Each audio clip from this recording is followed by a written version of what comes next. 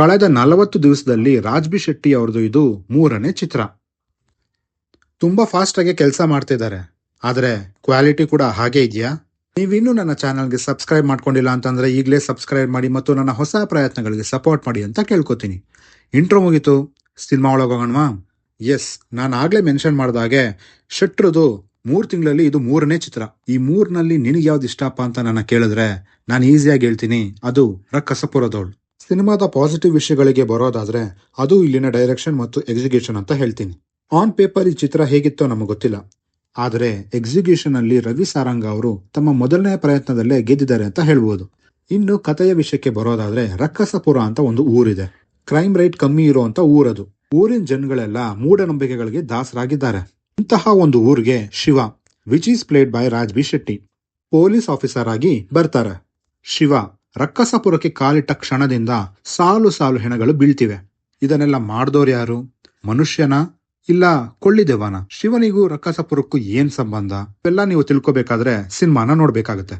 ಚಿತ್ರದ ರೈಟರ್ಸ್ ಬಂದು ರವಿ ಸಾರಂಗ ಮತ್ತು ಕ್ರಾಂತಿಕುಮಾರ್ ಅವರು. ಕನ್ನಡ ಇಂಡಸ್ಟ್ರಿಗೆ ಇದೊಂದು ಒಳ್ಳೆ ಬೆಳವಣಿಗೆ ಅಂತ ಹೇಳ್ಬೋದು. ಯಾಕೆಂದ್ರೆ ಚಿತ್ರದ ರೈಟರ್ಸ್ ಗಳ ಹೆಸರನ್ನ ಮೆನ್ಷನ್ ಮಾಡ್ತಿದ್ದಾರೆ.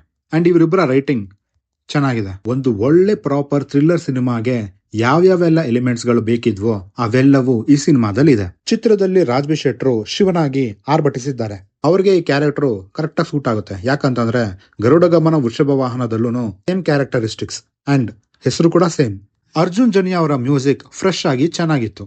ಸಾಂಗ್ಸ್ ಗಳು ಯಾವೂನು ತಲೆಯಲ್ಲಿ ಉಳಿಯೋದಿಲ್ಲ, ಬಟ್ ಸಿಚುವೇಶನ್ಗೆ ತಕ್ಕನಾಗೆ ಸಾಂಗ್ಸ್ ಗಳಿದ್ವು. ನನಗೆ ಸರ್ಪ್ರೈಸ್ ಮಾಡಿದ್ದು ಅರ್ಜುನ್ ಜನ್ಯ ಅವರ BGM ತುಂಬಾನೇ ಚೆನ್ನಾಗಿತ್ತು ಮತ್ತು ಚಿತ್ರದ ಥ್ರಿಲ್ಲಿಂಗ್ ಎಲಿಮೆಂಟ್ಸ್ ಗಳನ್ನ ಎಲಿವೇಟ್ ಮಾಡಿದಾವೆ. ವಿಲಿಯಂ ಡೇವಿಡ್ ಅವರ ಕ್ಯಾಮ್ರಾ ವರ್ಕ್ ಓಕೆ ಅಂತ ಹೇಳ್ತೀನಿ.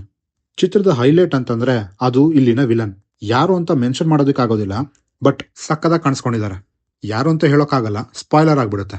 ಚಿತ್ರದಲ್ಲಿ ನನಗೆ ಇಷ್ಟ ಆಗದೆ ಇರುವಂತ ವಿಷಯ ಏನಂತಂದ್ರೆ ಥ್ರಿಲ್ಲಿಂಗ್ ಎಲಿಮೆಂಟ್ಸ್ ಗಳನ್ನ ಹೈಲೈಟ್ ಮಾಡೋದಕ್ಕೆ ಅಂತ ಹೋಗಿ ಎಷ್ಟೋ ಕಡೆ ಲಾಜಿಕ್ ನ ಮಿಸ್ ಮಾಡಿದ್ದಾರೆ.